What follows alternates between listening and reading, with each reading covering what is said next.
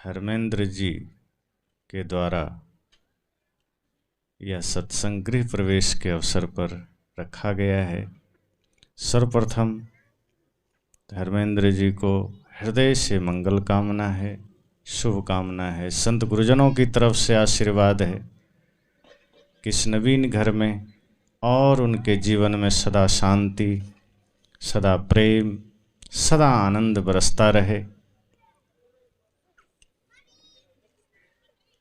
जिस प्रकार घर नया है, इस तरह से सदैव हमारी खुशियां नई होती जाए, ये प्रयास हमें करना चाहिए। क्योंकि दुख का कारण हमारा मन है। किसी के भी जीवन में दुख है तो उसका कारण क्या है? मन। और मन अगर पुराना है और घर नया है तो पुनः दुख होगा। इसलिए मन नया हो जाए। कपड़े अगर कभी पुराने रह गए, घर पुराने रह गए, कोई हर्ज नहीं। लेकिन यदि हमने कपड़े भी नए खरीद लिए, घर नए व्यवस्था कर लिए घर की, उसके बाद हमें मन को भी नया कर लेना है। और जब मन नया हो जाता है, मन पावन हो जाता है, मन निर्मल हो जाता है, जैसा कि आप सबका है, श्रद्धा है, भक्ति है, प्रेम है, तो जीवन में सदा आनंद बरसता है। घर कब बनता है? जब तक उस घर में शांति नहीं है तब तक समझना कि सिर्फ वो ईंट पत्थर सीमेंट का जोड़ है और कुछ नहीं है। लेकिन जैसे ही उस घर में भक्ति की धारा बहती है, आनंद की धारा बहती है, माता पिता गुरु की सेवा होती है, वही घर वास्तव में घर कहलाता है, बल्कि स्वर्ग कहलाता है। तो ऐसे अवसर पर, जबकि गृह प्रवेश का यह पावन अवसर है, पवित्र अवसर है, कुछ तो हम लोगों को यह भी जानना है कि ऐसे अवसरों पर हमें किस तरह से अपने जीवन को जीना है और कैसे रखना है। क्योंकि हमारे समाज में 2-3 अवसर ऐसे आते हैं जहां लोग बढ़ चढ़कर आयोजन करते हैं। एक तो जन्मदिन का अवसर आता है, एक मुंडन का, गृह प्रवेश का, और शादी विवाह का तो आता ही है। तो इन आयोजनों में हम सबको यह सोचना है कि कैसे हम अपनी संस्कृति के अनुसार सब कुछ कर सकें। बहुत कम लोग हैं जो यह सोचते हैं कि मुंडन के अवसर पर हम सत्संग कर लें, गृह प्रवेश पर हम सत्संग कर लें, जन्मदिन पर हम सत्संग कर लें। ये बहुत विरले कोई होते हैं जो सोचते हैं, वरना अधिकांश दुनिया तो पागल है नाच गान के पीछे। वही करके पैसे उड़ा दिए, हुड़दंगबाजी हो गई और फिर लोग सोचते हैं सब हो गया। लेकिन जो व्यक्ति धर्म परायण है, जो व्यक्ति अध्यात्म परायण है, वह व्यक्ति कभी भी जीवन में सत्य मार्ग को, सभ्यता के मार्ग को, संस्कृति के मार्ग को छोड़ता नहीं है। और यही तो हम अपने बच्चों को संस्कार भी देने का एक माध्यम बनाते हैं। जो आज आप करते हैं वही कल आपके बच्चे सीखते हैं। अगर आप चाहते हैं आपका बच्चा बढ़िया संस्कारी बने, आपको आज हर माध्यम से संस्कार परोसना पड़ेगा। अगर आप एक अच्छे माता पिता बनेंगे, आपका बेटा अच्छा बनेगा। अगर आज आपने कोई चूक कर दी है, कोई गलती कर दी है और वही संस्कार बेटे में चला गया, तो कल फिर वही आपके लिए सिरदर्द बनेगा। इसलिए हर अवसर पर हमें सोचना है कि हमें कैसे व्यवहार करना है। जैसे छोटा बच्चा है, अब उसके सामने मैंने कई जगह देखा है कि कई पिता छोटे बच्चे के सामने तंबाकू खा लेते हैं, बीड़ी पी लेते हैं, और जब उनसे कहा जाता है कि कम से कम बच्चे के तो ख्याल करो, तो वो कहता है कि ये तो अभी नादान है, अभी तो साल भर का है, इसे क्या पता कि मैं बीड़ी पी रहा हूँ तो इसको कुछ फर्क पड़ेगा। संत कहते हैं नहीं, अगर बच्चा 1 दिन का भी है और उसके सामने आप कुछ गलत करेंगे तो वो असर उसके माइंड पर हो जाएगा, क्योंकि बच्चे खाली कागज हैं, कोरा कागज हैं, खाली कैसेट हैं। आप जो भी गतिविधि करेंगे, जो भी क्रियाकलाप करेंगे, वो रिकॉर्ड हो जाएंगे। फिर वही वो बड़ा होने के बाद बोलेंगे। जो आप लिखते हैं ना कागज में, वही तो पढ़ते हैं। मान लीजिए खाली कागज है और आपने उस पर गाली लिखा है, तो पढ़ने में क्या आएगा? गीत। अगर कागज में आपने गाली लिखा है तो पढ़ेंगे भी तो गाली, और यदि कागज में आपने गीत लिखा है तो क्या पढ़ेंगे? गीत पढ़ेंगे। इसी तरह अगर बच्चे आपके सामने हैं, आप एक बच्चे के पिता हैं या आप माँ हैं, तो आपको यह सोचना है कि हम इस बच्चे के मस्तिष्क में, मस्तक पर क्या लिख रहे हैं, हम इस बच्चे के भाग्य में क्या लिख रहे हैं, हम इस बच्चे के संस्कार में क्या लिख रहे हैं, हम उसे क्या दे रहे हैं। आज संसार दिखावे में भागा जा रहा है। पाश्चात्य संस्कृति का तो पूरा प्रभाव हमारे देश पर हो गया, गांव में हो गया, शहर में हो गया। अब संसार के लोग उसी पाश्चात्य संस्कृति के पीछे भागे चले जा रहे हैं और इस चक्कर में अपने बच्चों को सही संस्कार देना भूल गए, जिसका परिणाम उन्हें जवानी में भुगतना पड़ता है, बुढ़ापे में भुगतना पड़ता है। आज बच्चे आपके साथ मेला घूमने गए, आप अपने बच्चे को कंधे में बिठाकर, गोद में उठाकर मेला लेकर जाते हैं। बच्चे वहाँ देखते हैं खिलौना का रिवाल्वर, आप बच्चे को रिवाल्वर खरीद के दे देते हैं। भले ही वो खिलौना है तो रिवाल्वर, संस्कार तो रिवाल्वर का मिलेगा। अब वो बच्चा घर आता है, कभी पिताजी पर तान देता है, कभी माताजी पर तान देता है, कभी दादाजी पर, कभी दादी जी पर। आप भी खुश होते हैं कि बच्चा रिवाल्वर चला रहा है, हालांकि वो नकली है, कुछ होगा नहीं, लेकिन संस्कार असली का जा रहा है। उसको ये लग रहा है टीवी देखते हुए, फिल्म देखते हुए कि मैं भी गोली चलाऊं, और धीरे धीरे जब वो बड़ा होता जाता है तो खिलौना छोड़ देता है, ओरिजिनल खरीद लाता है। और तब जब किसी के कनपट्टी पर रखता है तो आप ही रोने लगते हैं कि क्या करें, बच्चा बिगड़ गया। संस्कार आपने ही डाला था बचपन में। अगर उसे रिवाल्वर के जगह में आपने कापी, कलम, किताब खरीद कर दे दिया होता, किसी महापुरुष की तस्वीर हाथ में पकड़ा दिया होता, तो शायद उसके जीवन में, उसके मन में, उसके चिंतन में संस्कार दूसरा आता। फिर वो गलत मार्ग का चयन नहीं करता, फिर वो हिंसा का मार्ग चयन नहीं करता। उसके सामने आप सिगरेट पी लेते हैं, उसके सामने नशा कर लेते हैं, उसके सामने गाली दे देते हैं।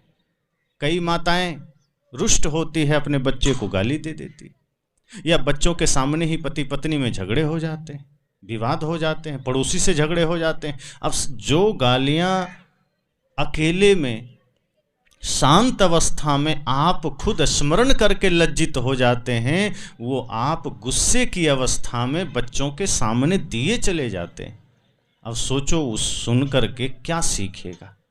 प्रेम के शब्द तो नहीं सीखेगा। आप तो सोचते हैं कि हमारा बच्चा भी श्रवण कुमार बने, माता पिता की सेवा करे, 4 धाम की यात्रा करवाए।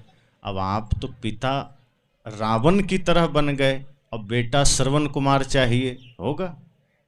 अगर आप पिता रावण की तरह बने हैं तो बेटा मेघनाद बनेगा। वो आपको शमशान घाट पहुंचा सकता है, वृद्धाश्रम पहुंचा सकता है, 4 धाम तो नहीं पहुंचा सकता।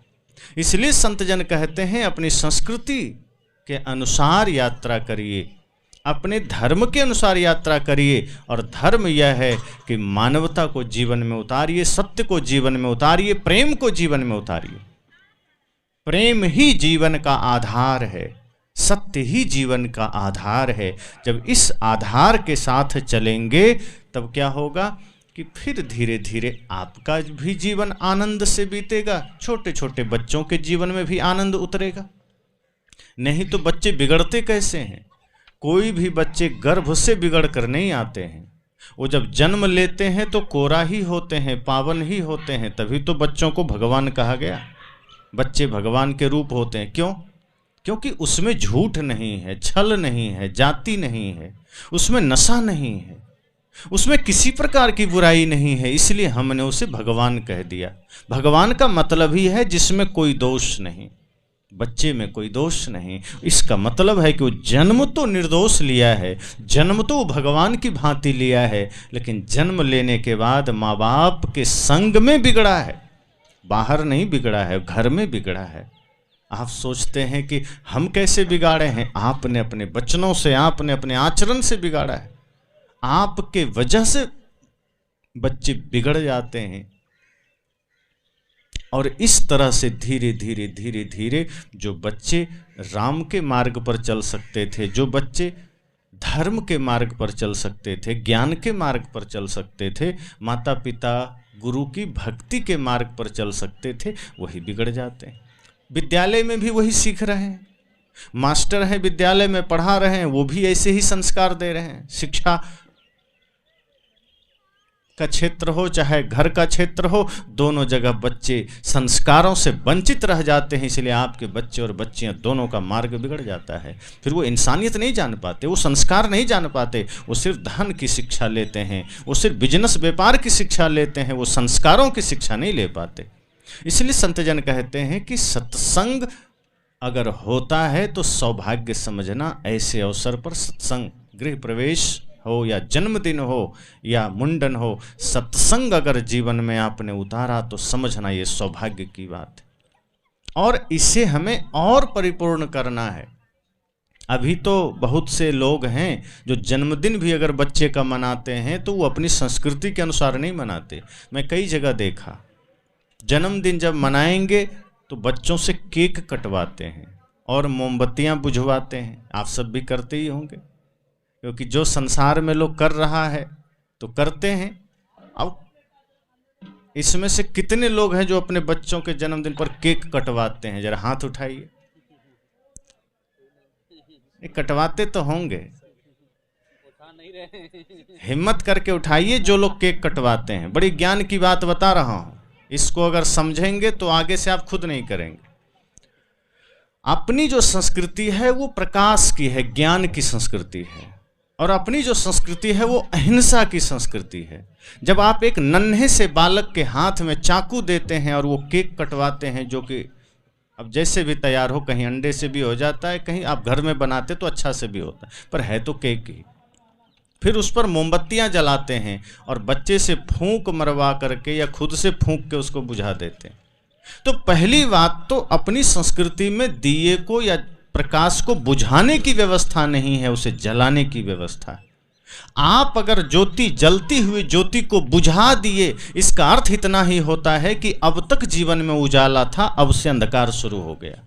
यही इसका अर्थ होता है। और यदि आपने दिए जलाए हैं दिवाली की भांति, तो इसका अर्थ ये होता है कि अब तक जो अंधेरा था मिटा है, आज से उजाला जीवन में शुरू होना चाहिए, क्योंकि दिया मोमबत्ती ज्ञान का प्रतीक है। तो पहली बात तो कभी भी ऐसे अवसर पर फूंक मार करके मोमबत्ती या दिए को बुझाना नहीं, बल्कि दिए जलाना।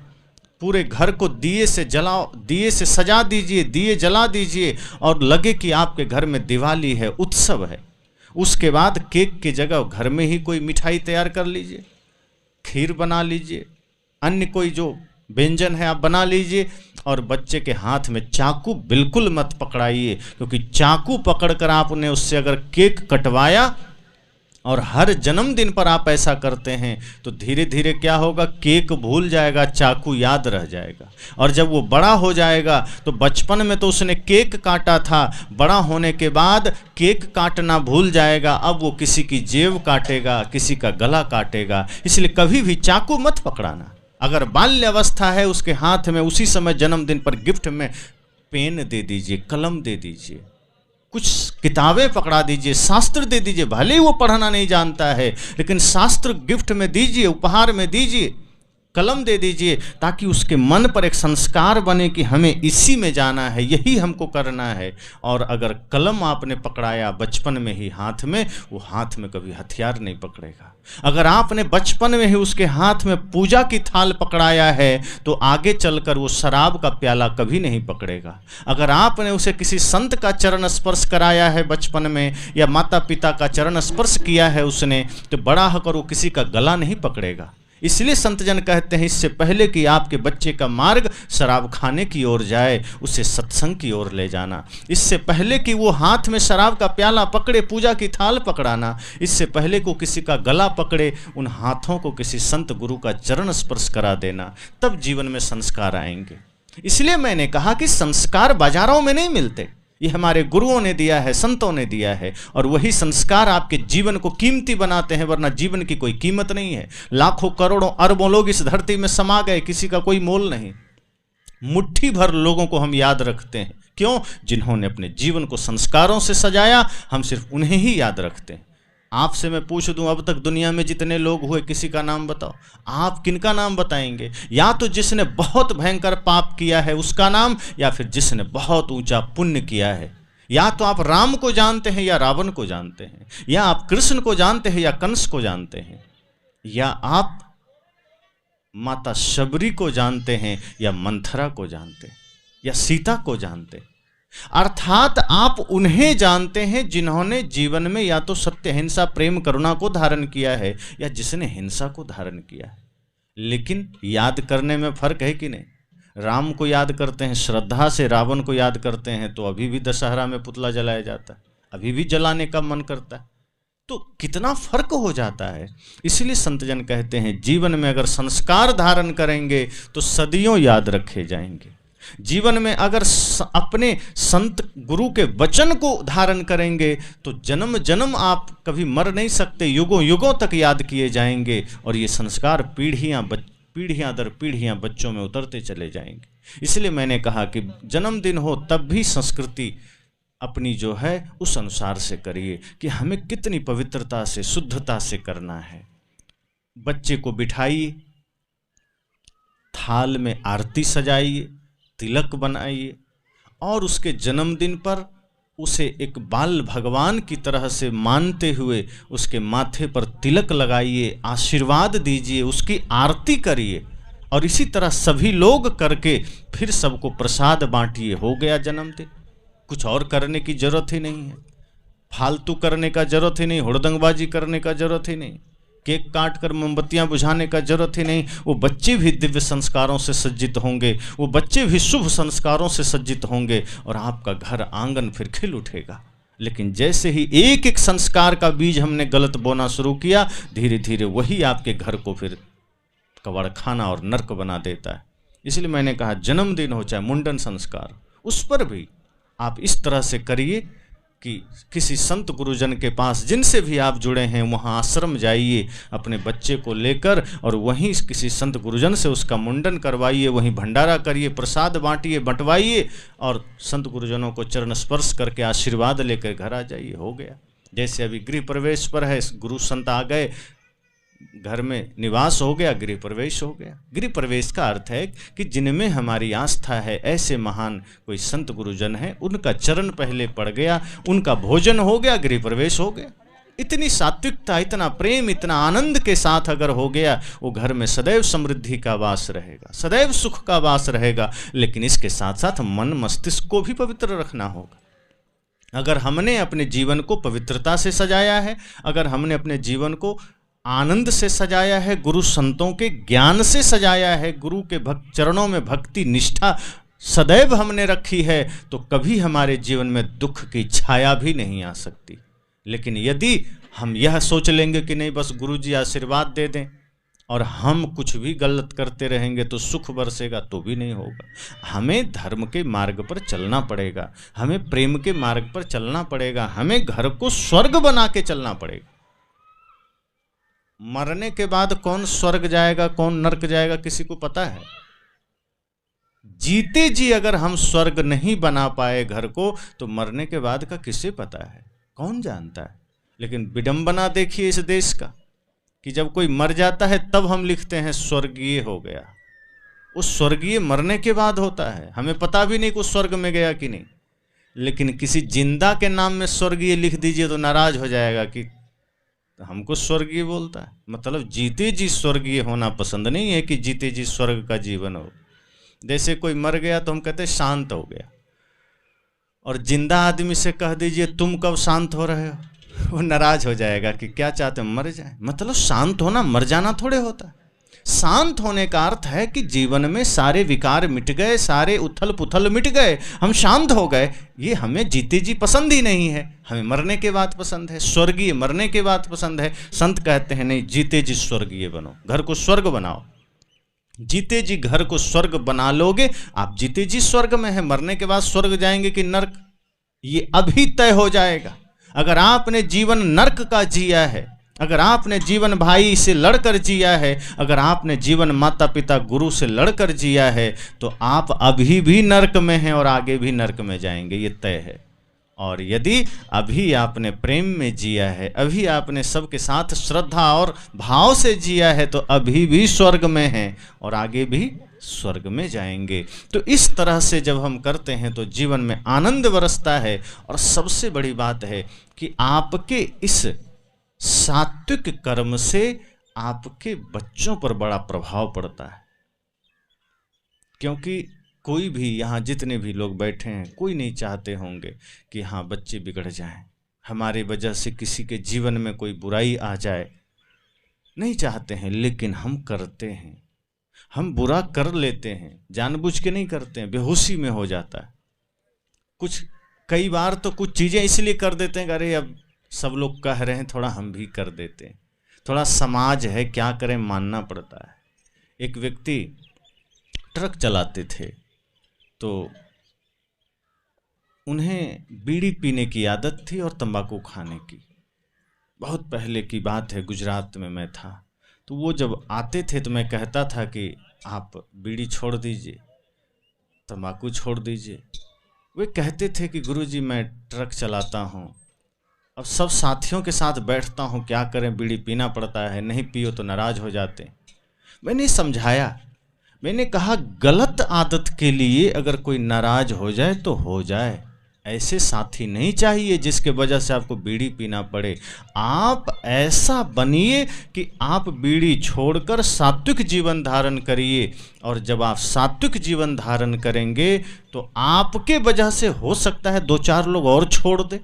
आप उन 2-4 के पीछे मत जाइए कि वो पीना चाहता है या पिलाना चाहता है तो हमें उसके पीछे जाना है, बल्कि आप ये संकल्प लीजिए कि हमको गलत नहीं खाना है, गलत नहीं पीना है। और जब आप सात्विक प्रवृत्ति अपना लेंगे तो हो सकता है कि वो 10 लोग आपके पीछे चलने लगे, हो सकता है वो 10 लोग आपका अनुसरण करने लगे और आप उनका नायक बन जाएं, आप उसके जीवन में बदलाव का कारण बन जाएं।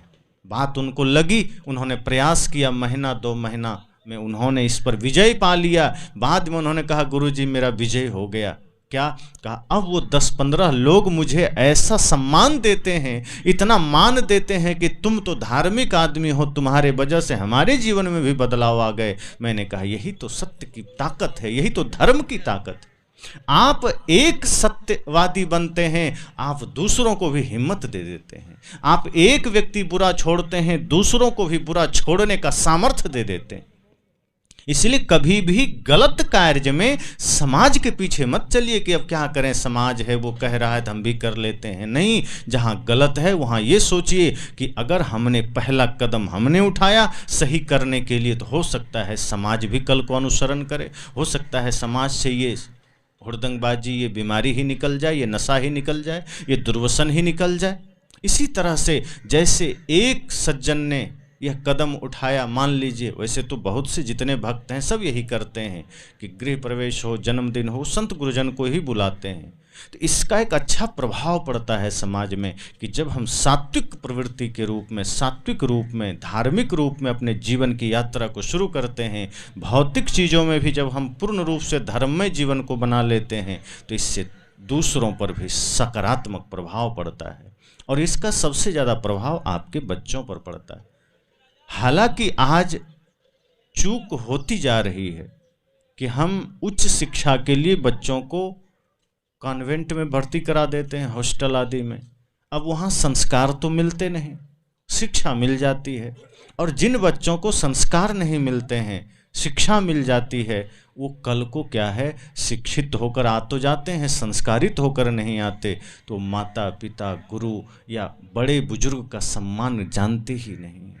पहले हमारे यहाँ की संस्कृति थी, प्रातः काल उठ के रघुनाथा, माता पिता गुरु ना वही माथा। अब के बच्चे तो ये जानते ही नहीं हैं कि सुबह उठते ही ब्रह्म मुहूर्त में उठना है। एक तो बच्चे उठते ही 8 बजे, उन्हें पता ही नहीं है कि हमें 4 या 5 बजे, ज़्यादा से ज़्यादा 5 से 6 के बीच जग जाना है। वो ब्रह्म मुहूर्त ही भूल गए। ऊपर से संत गुरुजनों का या माता पिता बड़े बुजुर्ग का चरण छूना है, ये तो भूल ही गए। बहुत कम घरों में बच्चे होते हैं जो जगते ही माँ बाप के चरण छूते हैं। वो उठते ही दूसरों से गुड मॉर्निंग तो बोल देते हैं, थोड़ा सा जो रट के आया है कॉन्वेंट से इतना बोल देंगे, लेकिन वो माता पिता का चरण नहीं छूते। तो एक तो हमारे बच्चे कॉन्वेंट और हॉस्टल में जाके शिक्षा के नाम पर गलत संस्कार सीख लेते हैं कि प्रणाम, दंडवत, बंदगी ये भूल गए, चरण छूना भूल गए और सुबह समय से जगना भूल गए। और कहीं कहीं ऐसा है कि अगर स्कूल 6 बजे है गर्मी में तो बच्चे मजबूरी में उठते हैं, और जिस दिन रविवार है तो सोचते हैं चलो आज तो मौज है, फिर से 10 बजे उठेंगे। अर्थात वो 6 बजे स्कूल जाना है इसलिए वो 5 बजे ज़बरदस्ती उठते हैं। संस्कार में नहीं उतरा है, उनके संस्कारों में नहीं आया है कि हमें 5 बजे जगना ही जगना है। तो कुछ समस्याएं तो हमारे स्कूलों के वजह से है। जिसके पास सिर्फ शिक्षा है और शिक्षा को उसने सिर्फ बिजनेस का रूप बनाया है कि किसी तरह शिक्षित होकर के नौकरी करो, पैसा कमाओ। शिक्षा का आधार ज्ञान नहीं रह गया कि शिक्षा अर्जित करो और ज्ञानी बन करके।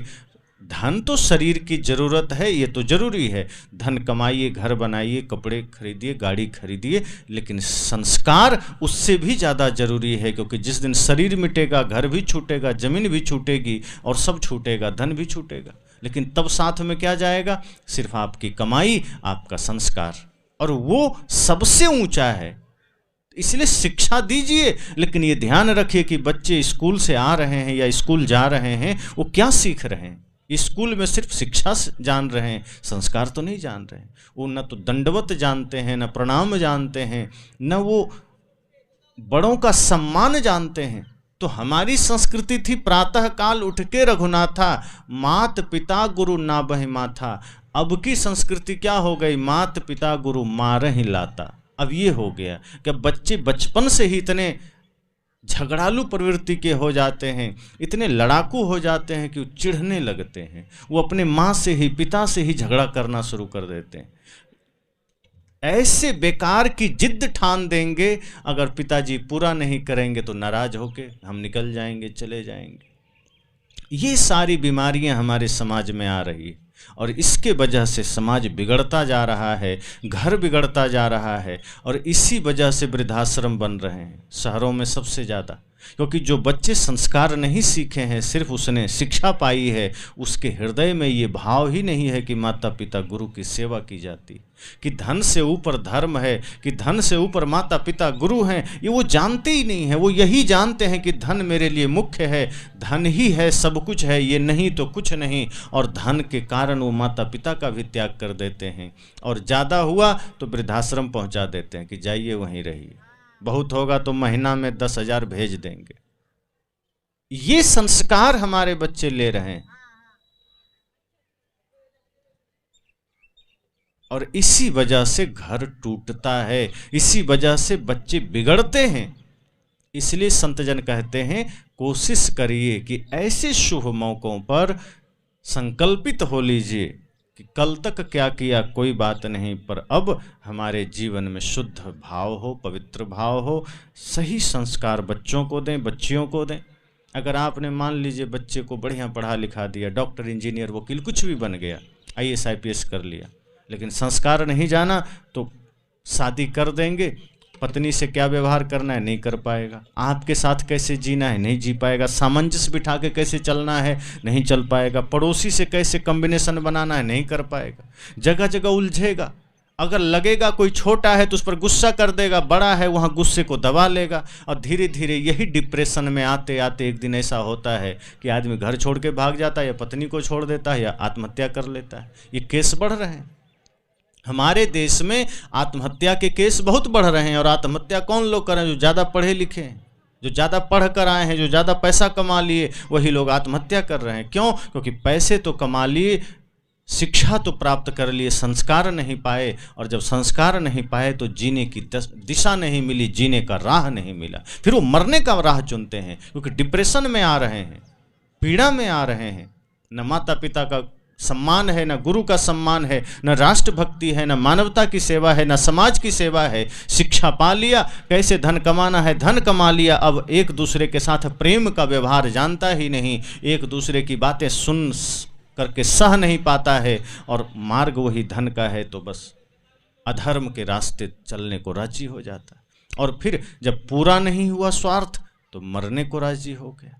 इसलिए संत जन कहते बच्चे और बच्चियों को शुभ संस्कार देना।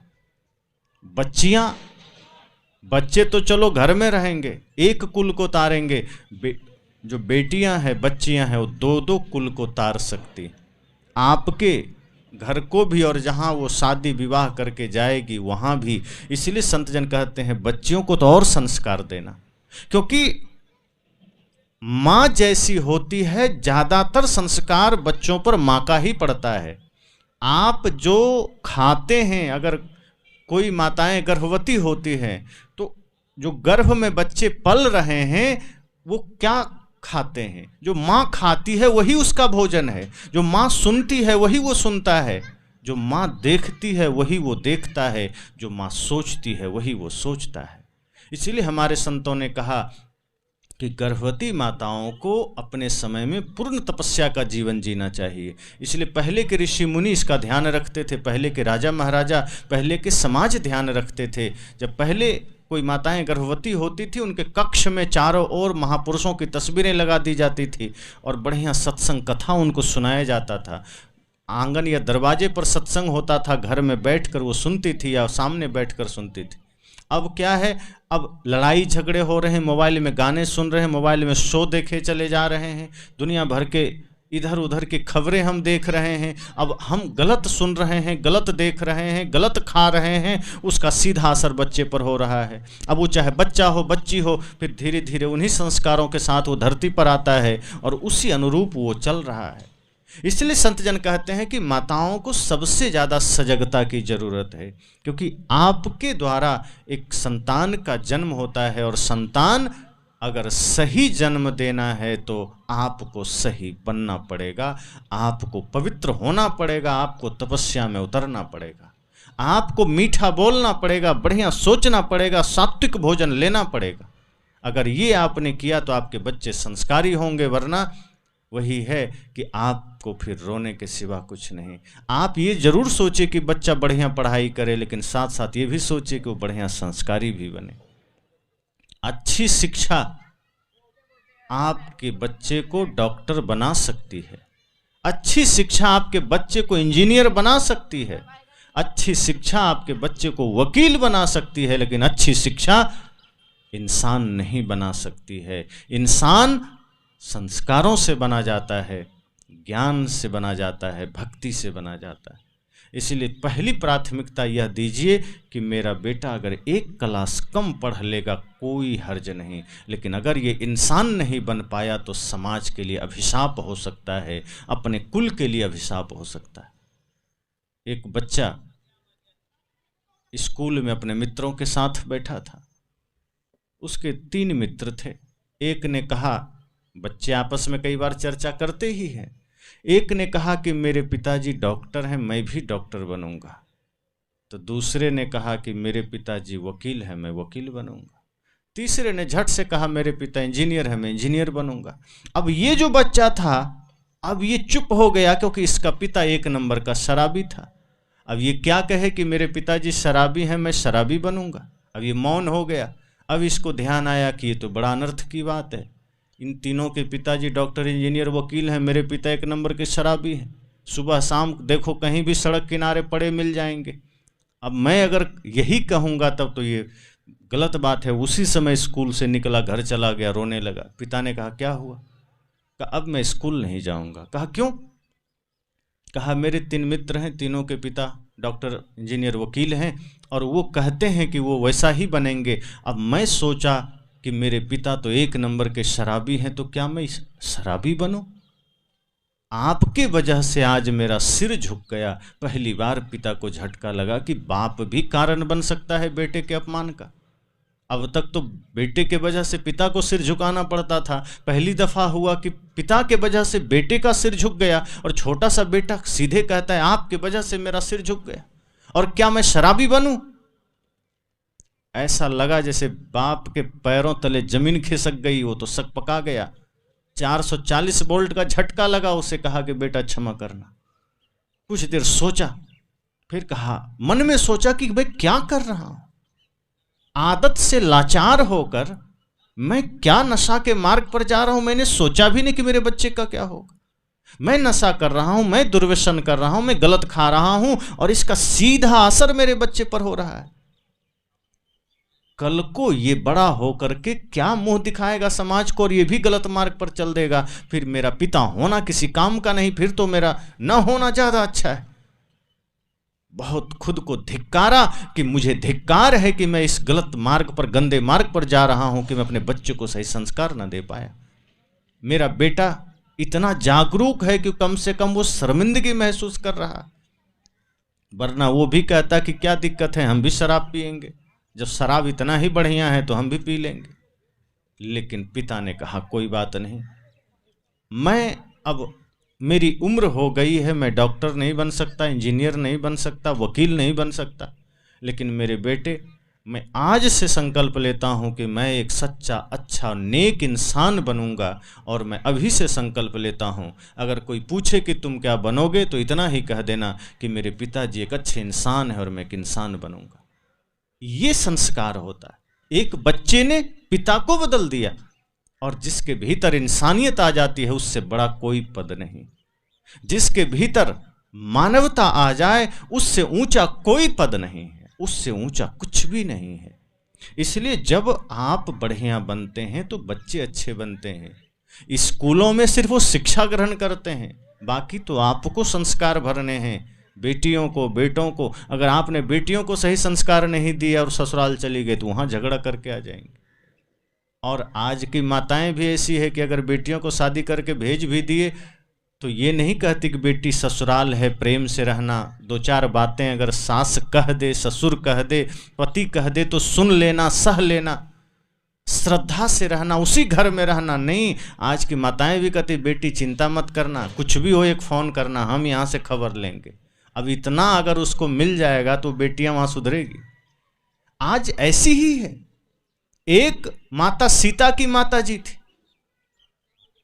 जब माता सीता की विदाई हो रही है तो जानते हैं उनकी मां ने क्या शिक्षा दिया? उन्होंने ये नहीं कहा कि तुम जा रही हो अयोध्या तो अगर सास ससुर कुछ कह दे तो मुझे सूचना भिजवा देना, हम थोड़ा सा हिसाब कर लेंगे या हम राम जी को समझा देंगे। नहीं, माँ सीता की माँ सुनैना ने इतना ही कहा कि बेटी तुम अयोध्या जा रही हो, अब वो घर तुम्हारा घर है, वो तुम्हारा मंदिर है और तुम वहाँ पुजारन की तरह रहना, वही तुम्हारा स्वर्ग है।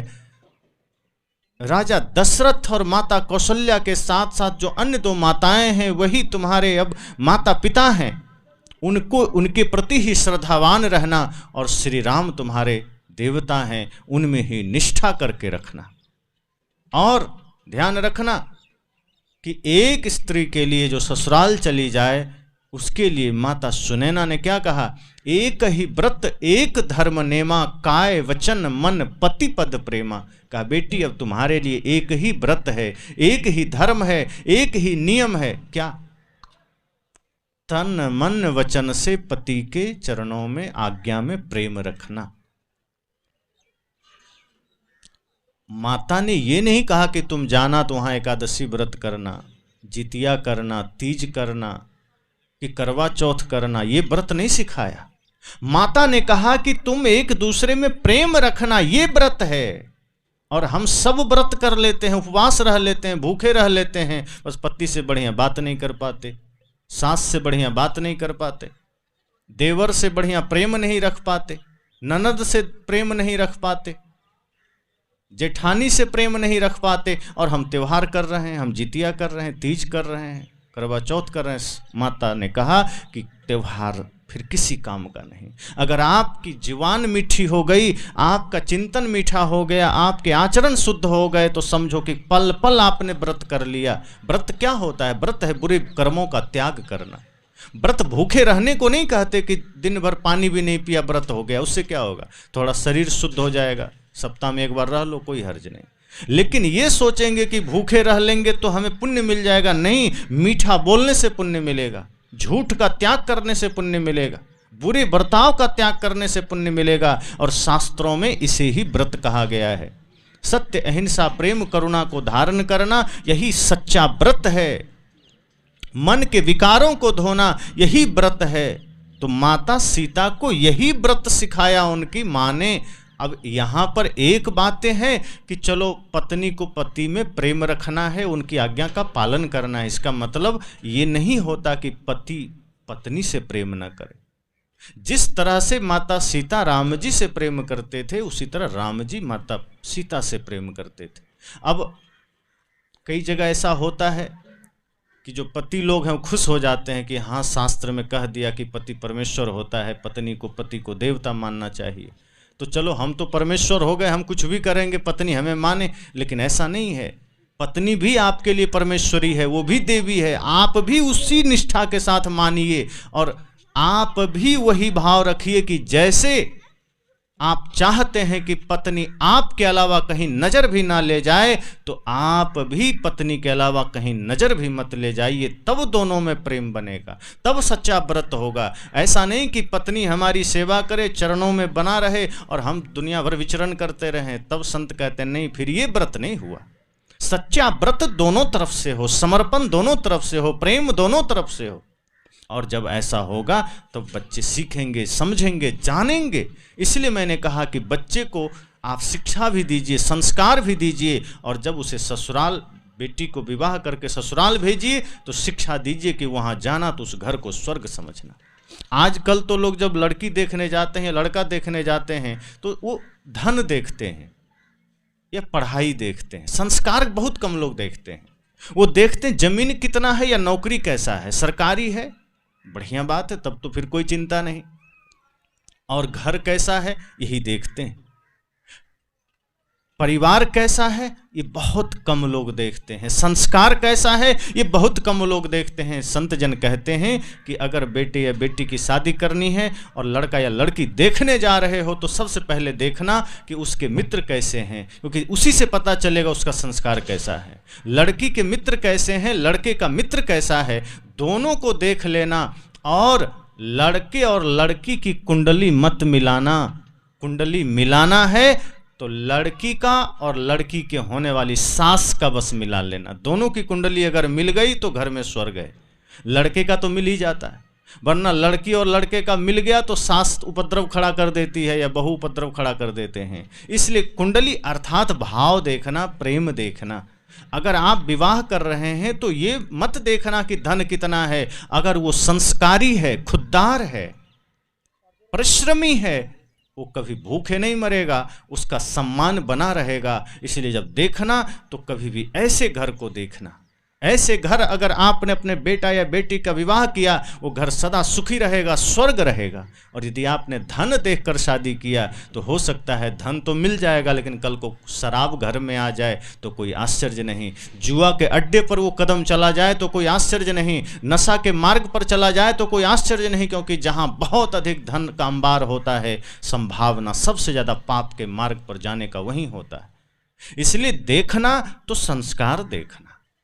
अपने बच्चों को अगर शादी विवाह करो तो उन्हें भी संस्कार देना। एक घर से आप बहू लाते हैं, उसको भी बेटी समझिए और अपनी बेटी को भी ऐसा संस्कार देकर भेजिए कि वो जहाँ जाए उस घर को अपना घर समझे।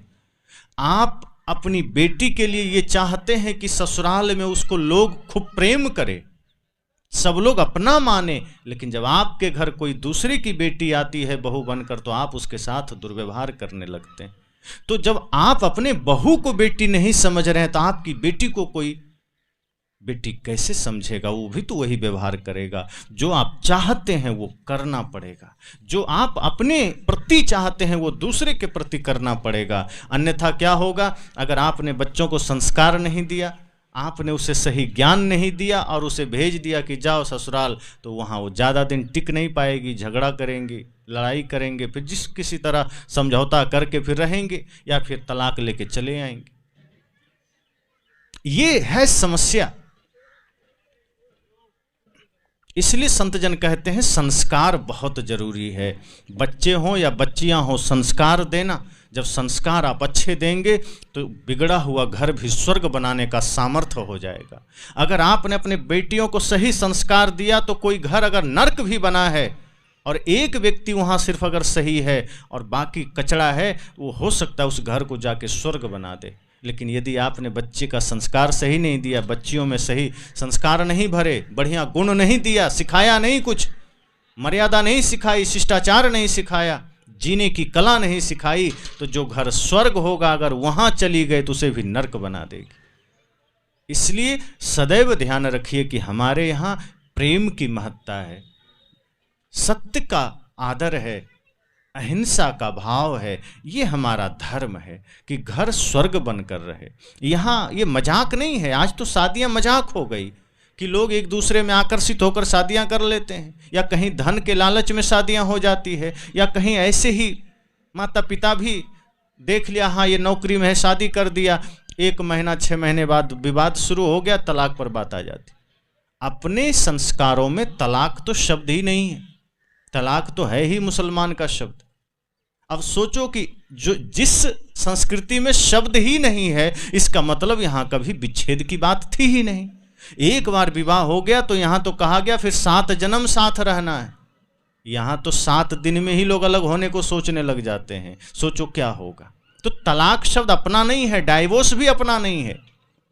आप हिंदी में खोज लीजिए या अन्य जितने भी हमारे भारतीय भाषा है, उर्दू और अंग्रेजी छोड़कर अपने किसी भाषा में तलाक जैसा शब्द नहीं है, अलग होने का कोई शब्द नहीं है, क्योंकि यहाँ प्रेम जन्म जन्म का होता है, यहाँ मिलन जन्म जन्म का होता है, यहाँ बिछुड़ने का कोई सवाल ही नहीं है। लेकिन हमारे कुछ संस्कारों के वजह से आज न्यायालयों में, कोर्ट में डाइवोर्स के कितने केस पड़े होते हैं, तलाक के केस पड़े होते हैं। इसलिए बच्चों को सही संस्कार दीजिए ताकि परिवार सुखी रहे, संपन्न रहे।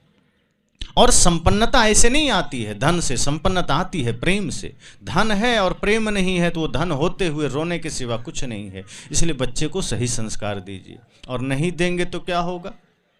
एक लड़की की शादी हुई, पढ़ी लिखी बढ़िया, स्कूल कॉलेज सब विश्वविद्यालय तक की पढ़ाई बढ़िया कर लिया, लेकिन माँ ने संस्कार नहीं दिया। संस्कार नहीं दिया तो पढ़ाई में तो टॉपर थी, सब जानती थी, लेकिन शादी हो के जब ससुराल गई तो सास से कैसे व्यवहार करना है पता ही नहीं, पति से कैसे व्यवहार करना है पता ही नहीं, प्रेम जानती ही नहीं थी। पढ़ाई का थोड़ा घमंड था, छोटी छोटी बात में चिढ़ जाना, लड़ जाना, छोटी छोटी बात में झगड़े कर लेना। ससुर से बातचीत बिगड़ गई, एक बात ससुर जी कह देते तो ये 4 बात सुना देती। पति कुछ कहता तो पति से तो झगड़ा ही कर लेती, देवर कुछ कह दे तो उससे झगड़ा कर लेती, ननद से तो सीधे झाड़ू लेके दौड़ती। एकदम मानो कि महाभारत मच गया। सप्ताह भर में वो घर नर्क बन गया। अब उसी में सब लोग सोचने लगे किसी तरह इसको भेज देना है, अब ये यहाँ नहीं रहेगी। तो सब ने सूचना भेजा, लड़की के पिता लेने पहुंचे तो सब ने मुंह मोड़ लिया और कहा जितना जल्दी है अपनी बेटी को ले जाओ। बेचारा सोचता है सप्ताह भर ही हुआ, बेटी को शादी किया मैंने, क्या हो गया, क्या समस्या हो गई। लोगों ने कहा जल्दी ले जाओ, नहीं चाहिए ऐसी लड़की यहाँ। वो बेचारा मायूस और दुखी होकर, लड़की अपनी बेटी थी, कहा चलो बेटी कोई बात नहीं। वो भी कहती हाँ मुझे भी यहाँ नहीं रहना, ये नर्क है, ये लोग नहीं है, सब राक्षस हैं, ले चलो मुझे। कहा चलो। वहाँ घर गई, अपने मैके चली गई, पिता के घर। तो वहाँ जब गई तो अक्सर जब शादी के बाद पहली बार लड़कियां अपने मैके लौटती हैं तो लोग पूछते हैं ससुराल कैसा लगा, सास ससुर कैसे हैं, पति कैसे हैं। तो उनकी माँ ने भी पूछा कि बेटी ससुराल कैसा है। कहा पूछो मत, पूरा नर्क है। कहा अच्छा ये बताओ बेटी, बताओ तुम्हारी सास माँ कैसी है। कहा माँ उसका तो पूछो मत, वो तो एकदम 1 नंबर की डायन है, इस जन्म की भी और पिछले जन्म की भी। माँ सोचती है कैसे घर में शादी कर दिया मैंने। कहा अच्छा बेटा ये बताओ ससुर जी कैसे हैं। कहा वो तो 1 नंबर का बैल है, राक्षस। माँ उनकी थोड़ी सी चिंता में पड़ी, कहा घर में सब लोग लगता है चिड़िया घर है क्या। फिर कहते अच्छा बेटी बताओ तुम्हारा देवर कैसा, का एकदम एक नंबर का आवारा। माँ चिंतित होने लगी, कहा बेटी बताओ ननद कैसी है, कहा एकदम कुतिया। अब तो माँ को थोड़ा सा दिमाग चकराया, कहा लगता है गलत घर में हमने शादी कर दी। कहा बेटी बताओ पति कैसा है, कहा उसका नाम मतलब यमराज से कम नहीं है, वो यमराज का दूसरा रूप है। फिर कहा अच्छा तुम्हारे पड़ोसी कैसे हैं, कहा पड़ोसी तो मत पूछो माँ, सब LLB है। कहा है LLB मतलब, कहा LLB मतलब लुच्चा लफंगा पड़ोसी, सब ऐसे ही हैं। अब तो माँ सोचती है कि लगता है सब चौपट हो गया, गलत घर में हमने शादी कर दी बेटी। लेकिन पिता समझदार थे, उन्होंने सोचा सास गलत हो सकती है, ससुर गलत हो सकते हैं, चलो घर के लोग सब गलत हो सकते हैं, सारे पड़ोसी गलत हैं, इसका अर्थ यह है कि कहीं ना कहीं मेरी बेटी में ही कोई गलती है। ये बात उनके दिमाग में आ गई कि हो सकता है कोई चूक, कोई भूल, कोई त्रुटि मेरी बेटी में हो, इस वजह से वहाँ गलतियाँ नजर आ रही है। और अपने को देखा, समझा, परखा कि मैंने पढ़ाई तो करवा दी, मैंने कॉलेज तो भेज दिया, विश्वविद्यालय तक की पढ़ाई करवा दी, लेकिन मैंने कभी इसको संस्कार नहीं दिया, शायद वही आज मुझे दिखने को मिल रहा है। पिता ने सोचा, तरकीब निकाला कि क्या ऐसा करूं कि इसके जीवन में अब संस्कार आ जाए। बेटी को कहा कि बेटी ससुराल नहीं जाओगे, कहा नहीं नहीं नाम मत लेना, वो नरक हम दोबारा कभी नहीं जाएंगे। तो यहाँ भाभी जो थी घर में, वो कही कब तक यहाँ रहोगे, तो कहती मेरा घर है कब तक रहें, कह शादी हो गई अब तेरा घर नहीं है, अब तेरा घर वही है। थोड़ा इसको लगा कि अब तक तो कोई बात नहीं थी, अब शादी करके लौटे तो भाभी भी विरोध में खड़ी हो गई। मंदिर जा रही है, रास्ते में जितनी सहेलियां मिल रही सब कह रहे हैं तब ससुराल कब जा रही हो, या छोड़ दिया। अब ताने सुनने को मिलने लगे, परेशान हो गई। तब पिता से कहती है पिताजी कुछ उपाय करो, क्या करें। पिता ने कहा एक संत हैं, चलो वहाँ, हो सकता है संत के पास समाधान मिल जाए। और जीवन में समझना, जब कहीं कोई समाधान नहीं मिलता तो संत गुरुजन समाधान देते हैं, संत गुरुजन रास्ता देते हैं, लेकिन धैर्य पूर्वक शांति से हमें उन रास्तों को स्वीकारना पड़ता है। वो कोई अमृत की पुड़िया नहीं होती, जादू की छड़ी की सिर पर रखा तुरंत हो गया। धैर्य रखना पड़ता है, तब जाकर के जीवन में कुछ बातें घटित होती है। पिता ने कहा बेटी चलो संत के पास। उस संत के पास गई। संत ने कहा क्या समस्या है, कहा गुरुजी परिवार में सब राक्षस हैं, सास ससुर भी वैसे ही हैं, पति भी वैसे हैं, पड़ोसी भी वैसे। पिता ने इशारा संत को पहले ही कर दिया कि नहीं गुरुजी वहाँ सब ठीक है, इसी में त्रुटि है, कुछ ऐसा उपाय करना कि सब सही हो जाए। संत ने कहा तुम क्या चाहती हो। उसने कहा मैं चाहती हूं कि ससुराल वाले मेरे इशारे पर नाचें और सब मुट्ठी में मेरे हो जाएं और घर की तिजोरी की चाबी मेरे पास रहे। संत ने कहा एकदम हो जाएगा। वो तो खुशी हो गए, हो जाएगा। कहा हाँ बिल्कुल हो जाएगा। तो क्या करना पड़ेगा, कहा 6 महीने साधना करनी पड़ेगी। कहा 6 महीने क्या, साल भर कर लूंगी, लेकिन हो तो जाएगा। कहा बिल्कुल हो जाएगा। कहा पति भी तुम्हारे मुट्ठी में आ जाएंगे, सास ससुर आ जाएंगे, देवर आ जाएंगे, जेठानी आ जाएंगे, तुम्हारी ननद आ जाएगी, पड़ोसी भी आ जाएंगे और घर की चाबी तो मिल ही जाएगी। उसने कहे कि क्या करना पड़ेगा, सब करूंगी, मुझे ये मंत्र दे दो। संत ने कहा बस इतना ही करना कि जब भी तुम अब जाना ससुराल तो 6 महीने तक तुम्हें पूर्ण रूप से सेवा करनी है, सास की भी, ससुर की भी, पति की भी, और सुबह ब्रह्म मुहूर्त में जगना और जगते ही पूरे घर की सफाई करके, स्नान करके, पूजा करके तुम्हें जलपान तैयार करना है, नाश्ता, और सबको प्यार से कराना है। और ध्यान रहे अगर किसी ने एक शब्द भी बुरा कहा तो जवाब में तुम्हें गुस्सा नहीं करना है, वरना तुम अंधी हो जाओगे। कहा ये क्या बात है, कहा हाँ मैं तुम्हें मंत्र दे रहा हूं।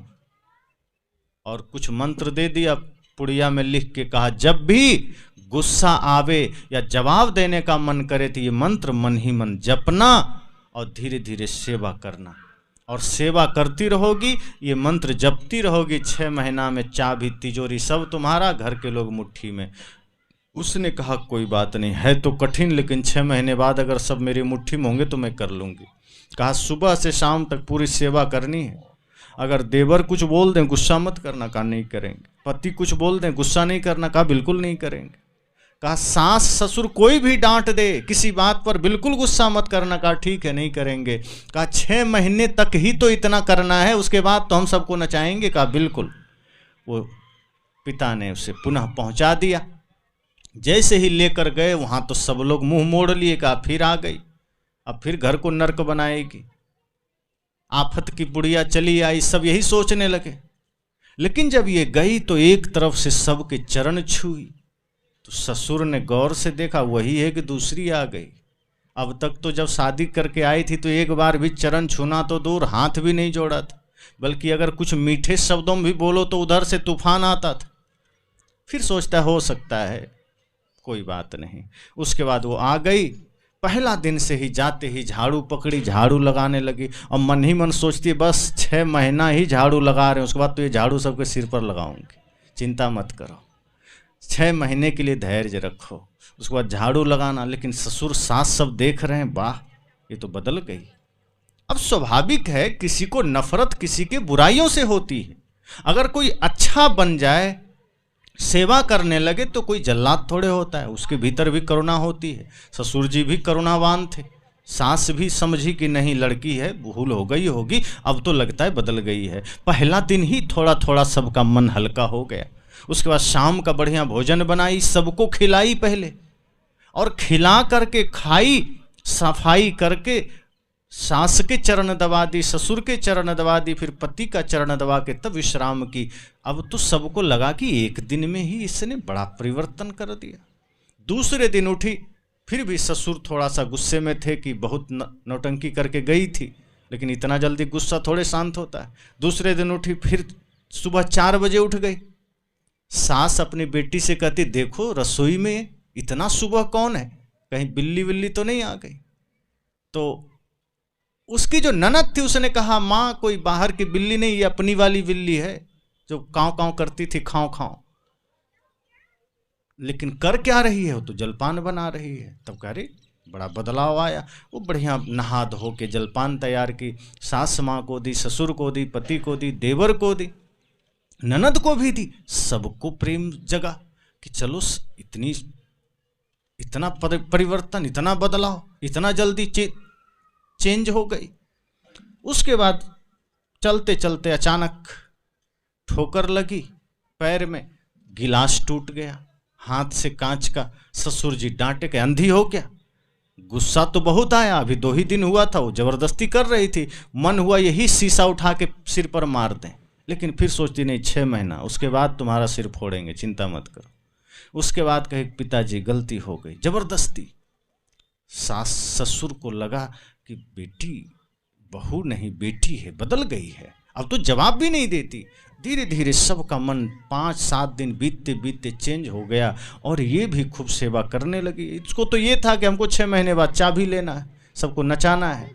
इस भाव से ये सेवा किए जा रही है, जवाब नहीं दे रही है। लेकिन ऐसे करते करते महीना भर में पूरा घर बदल गया, सबका भाव बदल गया। सब लोग जो मन में नफरत रखे थे, घृणा रखे थे, जो एक दूसरे के प्रति द्वेष रखे थे, सब खत्म हो गया। सास को लगा कि ये तो मेरी बेटी बनकर आई है, रानी बनकर आई है, इस घर की लक्ष्मी है। ससुर भी यही सोच रहे हैं, पति भी सोच रहे हैं कितना सौभाग्यशाली हूँ, ऐसी साथी मिली हैं। देवर भी सोच रहे हैं कि कितनी अच्छी भाभी मिली है, सब खुश हैं। और धीरे धीरे जब सबका प्यार मिलना शुरू हुआ तो कहते हैं ना कि पत्थर भी पिघल जाता है। रसरी आवत जात ते सिल पर परत निशान। सदगुरु ने कहा कि अगर निरंतर जिस एक दिशा में आप चलते रहो तो लक्ष्य मिल ही जाता है। धीरे धीरे लोगों का प्यार जब उसको मिलना शुरू हुआ, प्यार तो सेवा से मिला, भले ही वो स्वार्थवश कर रही थी, भले ही वो गलत भाव से कर रही थी, लेकिन जब चारों तरफ से लोगों का प्रेम मिला तो इसका भाव भी बदल गया।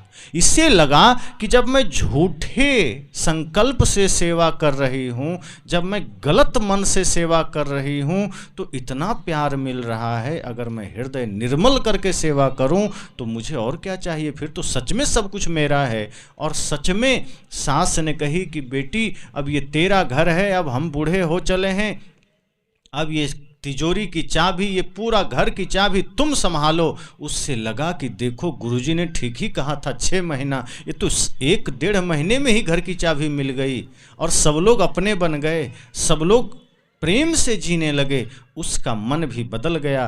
कहते हैं कि अगर आप सही दिशा में चलो तो कोई लक्ष्य अधूरा नहीं, आप लक्ष्य पूरा कर सकते हो। उसको भी लगा कि नहीं, अब पाप मन में नहीं रखना, ससुर जी मेरे हैं, ये तो पिता से भी ज़्यादा प्यार दे रहे हैं, सास माँ से भी ज़्यादा प्यार दे रही हैं, पति हमें इतना प्रेम दे रहे हैं, देवर हमें इतना छोटे भाई की तरह भाव रख रहे हैं। इतना आनंद पा करके उसका जीवन बदल गया। जो मन में बुरे ख्याल थे वो मिट गए, जो एक दूसरे के प्रति घृणा थी वो मिट गई, और धीरे धीरे धीरे धीरे सब सही हो गया। 6 महीना होने के बाद संजोग से रक्षाबंधन का समय आ गया। भाई लेने आया। जब भाई लेने आया तो लोगों से मिले, उनके ससुर से, सास से, तो उन्होंने इतना स्वागत सम्मान किया। और जब उसने कहा, उसके भाई ने, कि हम अपने बहन को लेने आए हैं, लोगों ने मना कर दिया, कहा नहीं, वो लक्ष्मी है, इस घर की रानी है, वो है तो घर में स्वर्ग है, उसे मत ले जाओ। 6 महीना पहले जिसको धक्के देकर निकाले थे, जिसको प्रताड़ित करके निकाले थे, जिसको गाली देकर निकाले थे, 6 महीने बाद ही प्रेम से उसने घर को अपना बना लिया। और वो घर के लोग क्या कह रहे हैं कि नहीं नहीं, उसको मत ले जाओ, वो 1 दिन भी चली जाएगी तो हम लोग अपंग हो जाएंगे। लेकिन रक्षाबंधन का समय था, भेजना पड़ा। वो गई। जब घर गई अपने, पुनः माँ ने कहा, बेटी अब तुम्हारा वो जो नरक था ससुराल कैसा है? का माँ उसको नरक मत कहो, वही तो स्वर्ग है। कहा 6 महीना पहले तो तुमने नरक कहा था। का मेरी गलती थी, पर अब वो स्वर्ग है। तब उसके पिता ने कहा, और वो तुम्हारा यमराज पति कैसा है? कह रहे नहीं, यमराज मत कहिए, वो तो देवता हैं, अभी के वर्तमान में देवता हैं, पहले से ही देवता हैं, वो तो मेरा पूरा ख्याल रखते हैं। कहा, और वो तुम्हारी डायन सास कैसे? कह रहे अब क्या मजाक कर रहे हैं पिताजी, मेरे से गलती से निकल गया था, मेरी सास डायन नहीं हो, तो माँ की कमी खलने नहीं देती, इतना प्रेम देती हैं। इसी तरह से हमारे देवर, समझो कि वो तो लक्ष्मण की तरह है, मेरी ननद छोटी बहन की तरह है। और इसी तरह पड़ोसी भी बड़े ही ईमानदार हैं, बड़े ही सब अच्छे हैं, धार्मिक हैं, सज्जन हैं। पिता ने कहा, मेरा संकल्प पूरा हुआ। जो भूल मैंने तुम्हारे पढ़ाई के समय की थी, कि पढ़ाई तो करा दिया, संस्कार नहीं दिया, उसका परिणाम मुझे भुगतना पड़ा, लेकिन मैं समय रहते जाग गया और आज उस गलती को मैंने ठीक कर लिया। पर ऐसा सबको अवसर नहीं मिल पाता। अगर आपने एक बार चूक कर लिया तो ये मत सोचना कि दोबारा अवसर मिल जाएगा। इसलिए अच्छा है कि जीवन में कभी चूक ना करें, जीवन में कभी कोई भूल ना करें। अपने बच्चों को पढ़ाइए, लिखाइए, योग्य बनाइए, लेकिन उसे संस्कार दे करके एक अच्छा इंसान जरूर बनाइए। अपने बच्चों में एक दिव्य संस्कार भरिए, ताकि वो आपके समाज को, आपके राष्ट्र को एक अच्छी दिशा देने में सहायक बन सके। वरना आज इतने इस भागम भाग में इंसान हैवान बनता जा रहा है, शैतान बनता जा रहा है, और इसी समाज में न जाने कितनी अफरा तफरी मच रही है। भीतर से सब एक दूसरे के विरोध में खड़े हैं। तो इस अवसर पर यही संकल्प लेना, यही भाव रखना है कि जिस तरह से हम सब के जीवन में कोई भी विषम परिस्थिति आवे, कोई भी गलत मार्ग सामने आ जाए, उसका त्याग करके हमें सत्य मार्ग को चुनना है, प्रेम मार्ग को चुनना है, ज्ञान के मार्ग को चुनना है, भक्ति के मार्ग को चुनना है। यही आपको स्वर्ग तक ले जाएगा। यदि एक भी बुरी आदतें हम जीवन में ले लिए, बाहर के परिवेश को आप कितना भी सुंदर बना लो, उससे कोई सुंदरता नहीं आती। सुंदरता आपके आचरण से आती है। अगर आचरण सुंदर है, अगर विचार सुंदर है, तो सुंदरता आएगी। बाहर की सुंदरता के लिए तो ब्यूटी पार्लर है, वहाँ हमने बड़ी व्यवस्थाएं कर ली है शरीर को सजाने के लिए, लेकिन शरीर की सजावट आचरण से होना चाहिए, आपके विचार से होना चाहिए। एक नारी के लिए असली गहना क्या है? ये सोना चांदी हीरे, ये असली गहने नहीं हैं। ये तो क्षण भर के लिए आपने हाथों में, पैर में, नाक में धारण कर लिए। एक स्त्री के लिए असली गहना उसका शील है, उसका चरित्र है, उसके जीवन में भक्ति और प्रेम है। अगर आपने उसे धारण किया तो आपसे सुंदर कोई नहीं। ब्यूटी पार्लर की सुंदरता आधे 1 घंटे के लिए होती है, लेकिन सत्संग में जो संस्कार की सुंदरता आप धारण करते हैं वो जन्म जन्म तक नहीं मिटती। माता शबरी को हम इसलिए याद नहीं करते कि सुंदर थी, इसलिए याद करते कि उनके जीवन में भक्ति थी, और भक्ति का सौंदर्य कभी मिटता नहीं है, प्रेम का सौंदर्य कभी मिटता नहीं। आज तो हम शरीर की सुंदरता पर ज़्यादा ध्यान देते कि शरीर कैसे सुंदर बने, पुरुष भी माताएं भी। अब ये परिवेश का दोष है, ये व्यक्तिगत हम नहीं करें कि आपका दोष है, ये परिवेश ऐसा चल पड़ा है कि हम सोचते हैं थोड़ा सा शरीर को सजा लें, थोड़ा और सजावट कर लें, लेकिन वो सजावट किसी काम का नहीं अगर हमारा विचार सजा हुआ नहीं है, हमारा मन निर्मल नहीं है। अब देखिए आजकल जैसे बहुत से लोग हैं, मैंने देखा है कि हाथों को सजाने के लिए कई बार लोग अंगूठियां पहन लेते हैं। अब ये अंगूठियां हाथों की सुंदरता नहीं बढ़ाते, या कई बार लोग इसलिए पहन लेते हैं कि कोई ग्रह नक्षत्र हो जाता है। कुछ लोग कहते हैं गुरुजी ग्रह चढ़ गया था इसलिए किसी ने दे दिया। तो पहली बात तो ग्रह कभी भी किसी पर चढ़ता नहीं, और अक्सर लोग कहते हैं शनि ग्रह टेढ़ा हो गया।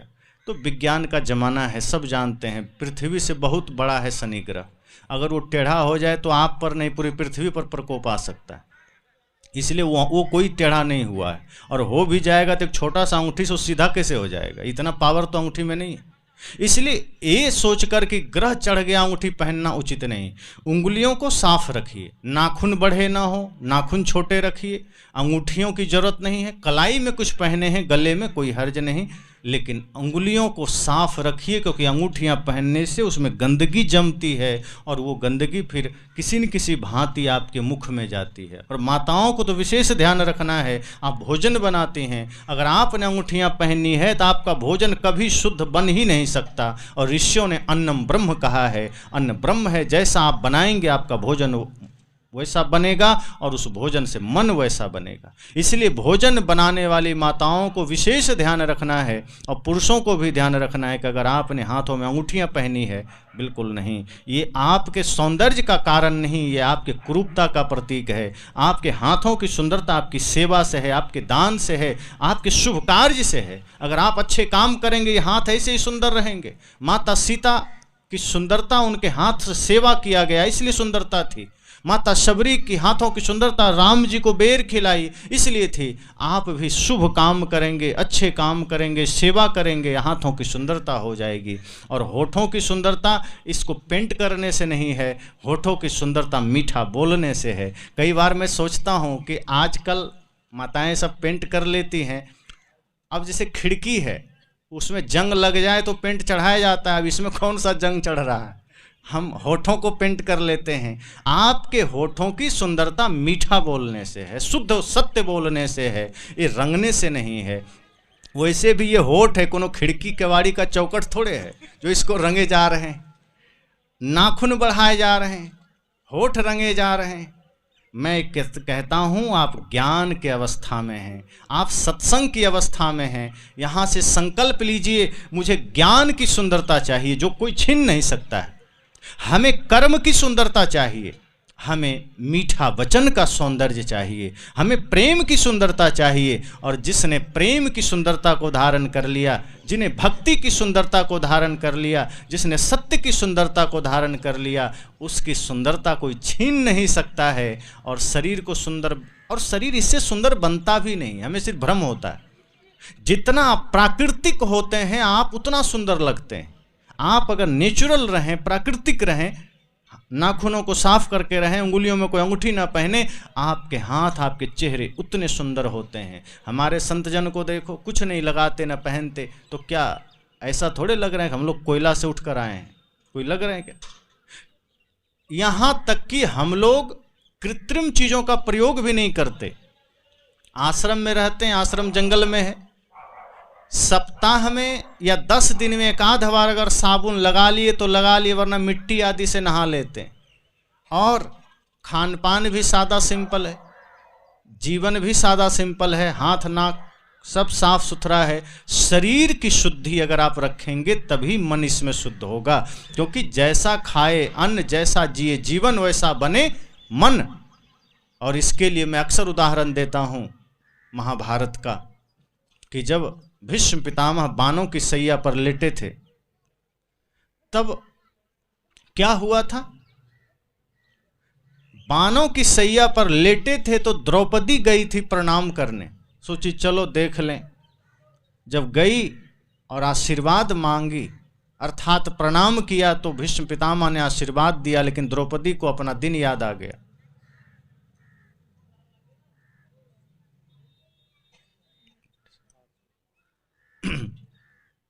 तो द्रौपदी को दिन याद आ गया और कहा कि आपके मुख से आशीर्वाद शोभा नहीं देता।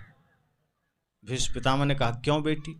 कहा आप ही है ना, उस सभा में बैठे थे जहां मेरा चीरहरण हो रहा था, आप बैठे थे, आपके सामने मेरा चीरहरण हो रहा था और आपने कुछ बोला तक नहीं।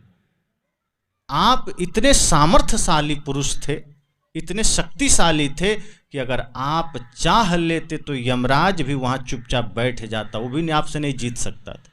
तो ये दुर्योधन और दुशासन की क्या औकात थी। आप अगर एक बार खड़े हो जाते तो किसी में ये सामर्थ्य नहीं था कि हमको छू भी सके, लेकिन आप जैसा शक्तिशाली व्यक्ति के होते हुए मेरा चीरहरण हुआ। भीष्म पितामह ने कहा पुत्री क्षमा करना, लेकिन उस वक्त मेरे से भूल इसलिए हुई क्योंकि मैं उस समय दुर्योधन के साथ था और दुर्योधन का पाप का भोजन मैं कर रहा था, पाप का अन्न खा रहा था, इसलिए मेरे मन में भी पाप आ गया था और मैं धर्म का साथ ना दे पाया। लेकिन अब तुम्हारे पति अर्जुन के बाणों से मेरा पाप का सारा खून निकल गया, अब मैं पुनः पवित्र हो गया, निर्मल हो गया और निर्मल मन से आशीर्वाद दे रहा हूँ। सोचो, थोड़ा सा अन्न पाप का खा लिया तो भीष्म पितामह जैसे ज्ञानी का मन बिगड़ जाता है। इसलिए आप सोचना, आपका मन शुद्ध रहे, भोजन बनाओ, भक्तिमय रहे, प्रेम में रहे। आप उसमें एक मसाले कम डालो कोई बात नहीं, लेकिन प्रेम जरूर डालो। जब भोजन बनाओ ये सोचकर बनाओ कि हम भगवान का प्रसाद बना रहे हैं, उतनी ही शुद्धता से बनाइए। जैसे आप भोजन बनाएं तो शुद्धता का ध्यान इसलिए रखिए कि वो भोजन नहीं प्रसाद है, वो भगवान के लिए बन रहा है। आप जैसे कई जगह घरों में होता है, पुराने कपड़े, कोई गंजी उठा लिया, कोई टॉवेल गमछी उठा लिया, पुराना, उसी से भोजन में यूज करते हैं, चूल्हा के लिए, रोटी के लिए, बर्तन पकड़ने के लिए, तवा पकड़ने के लिए। ये बिल्कुल अशुद्धता है। नए कपड़े लाइए सूती के, साफ करके उसका उपयोग करिए, उसको ज़मीन में मत रखिए। और भोजन बनाते समय अपने कपड़े को, बाल को मत छूइए, हाथ धो के भोजन बनाइए। अगर कपड़े छू जाएं तुरंत जल से धो लीजिए और शुद्ध कपड़े का उपयोग करिए। और साथ साथ जैसे भोजन बन जाए उसके बाद उन कपड़ों को उसी दिन धो के सुखा दीजिए शुद्ध तार पर। और भोजन बनाते समय आपको एक एक चीज़ का स्नान करके भोजन बनाएं, शुद्धता से बनाएं। आपका भोजन प्रतिदिन अपने घर में जो भी करे उस समझो कि यही मेरा परमात्मा है, यही मेरा देव है। जैसे छठ पूजा में बनाते हैं वही भाव लेकर बनाइए, आपका हर दिन छठ पूजा होगा। फिर वो भोजन जो लोग करेगा वो भोजन नहीं प्रसाद बनेगा, और जब प्रसाद लोग करेंगे तो सबका मन, सबका चिंतन बढ़िया बनेगा। इसलिए संत जन कहते हैं घर को, तन को शुद्ध रखिए, और जब तन आपका शुद्ध होगा, संस्कारी होगा, तो मन शुद्ध होगा, और जिसका मन शुद्ध होगा उसी के घर में परमात्मा का निवास होगा, उसी के घर में भगवान का निवास होगा। और जिस घर में भगवान आ गए वो घर मंदिर बन गया। तो यही मंगल कामना सदैव करिए गुरु से कि हे सद्गुरु, मुझे इतनी शक्ति दो कि मैं भक्ति के मार्ग पर चल सकूं, मैं प्रेम के मार्ग पर चल सकूं, मैं सुखी जीवन जी सकूं। ये बाहर शरीर है, धन है, तो छूटेगा, लेकिन आपके शुभ कर्म कभी छूटेंगे नहीं, आपके भक्ति का मार्ग कभी छूटेगा नहीं। और वो जब जीवन में है तो आपकी प्रशंसा और आपकी सुंदरता तो सदैव बनी रहेगी। बाहर की सुंदरता तो क्षणिक होता है, वो आज है कल नहीं रहेगा। अब सोचो, बचपना है, जवानी आई, जवानी कब तक? जवानी ढलेगी ना, और जब बुढ़ापा आएगी सुंदरता खो जाएगी, तो संभाल के रख पाए क्या? लेकिन अगर आपके कर्म सुंदर हैं तो आप धरती पर नहीं भी रहेंगे तो आपकी सुंदरता रहेगी, लोग आपको याद करेंगे। लेकिन शरीर तो कुछ ही दिन में लाचार हो जाएगा, शिथिल हो जाएगा। इसलिए बहुत बढ़िया अवसर है, ऐसे अवसर पर हम सबको संकल्प लेना है कि जैसे हमारा जीवन इस धरती पर तमाम तरह के परिस्थितियों से गुजरता है, लेकिन सभी परिस्थितियों में हमें भक्ति का मार्ग नहीं छोड़ना है, प्रेम का मार्ग नहीं छोड़ना है। ये नहीं कि थोड़ी परिस्थितियां आई तो छोड़ दिए और गलत जीवन जीने लगे, गलत खान पान करने लगे। शुद्ध खान पान करिए, शरीर को पवित्र रखिए, घर को मंदिर बनाइए। और धर्मेंद्र जी के इस नए घर के लिए भी मंगल कामना है। यह घर सदैव मंदिर बनकर रहे, इसमें सदैव सभी देवी देवता बनकर रहें, एक दूसरे में देवता का भाव रखें, तभी सदैव आनंद की वर्षा होगी। और कभी भी ये सोचे कि हमें अपने जीवन को कर्म से सजाना है, विचारों से सजाना है, प्रेम से सजाना है। अगर आपका जीवन एक आचरण शुद्ध हो गया, पवित्रता से सज गया, तो उससे ज़्यादा सुंदर इंसान कोई धरती पर नहीं है, उससे ज़्यादा महान इंसान कोई नहीं है। और वही संस्कार आपके बच्चों को मिलेगा, फिर बच्चे भी संस्कारी बनेंगे, महान बनेंगे। फिर आप भले नहीं रहेंगे, लेकिन अपने बच्चों में वो दिव्यता आप देकर जाएंगे कि आपकी विरासत वो आगे बढ़ाएंगे। और इसीलिए अगर आप नेक काम करते हैं, आप सही बन के जीते हैं, तो वैसे भी आपको कोई भूल नहीं सकता है, सदा सदा लोग आपको याद रखेंगे। इसलिए संकल्प लीजिए कि मुझे सत्य के मार्ग पर चलना है, मुझे धर्म के मार्ग पर चलना है। जीवन जीते हुए, कमाते हुए, खाते हुए, काम करते हुए मुझे अपना नेक मार्ग नहीं छोड़ना है, प्रेम मार्ग नहीं छोड़ना है, तब सदैव सुखी रहेंगे। सुख कोई दूसरा नहीं दे सकता, हमें अपने से कमाना पड़ेगा। दुख भी कोई दूसरा नहीं दे सकता, हम अपने ही गलत कर्मों से दुखी होते हैं। तो ऐसे ही संकल्पों के साथ, ऐसे ही संस्कारों के साथ हम सब जिएं। इसी के साथ वाणी को विराम।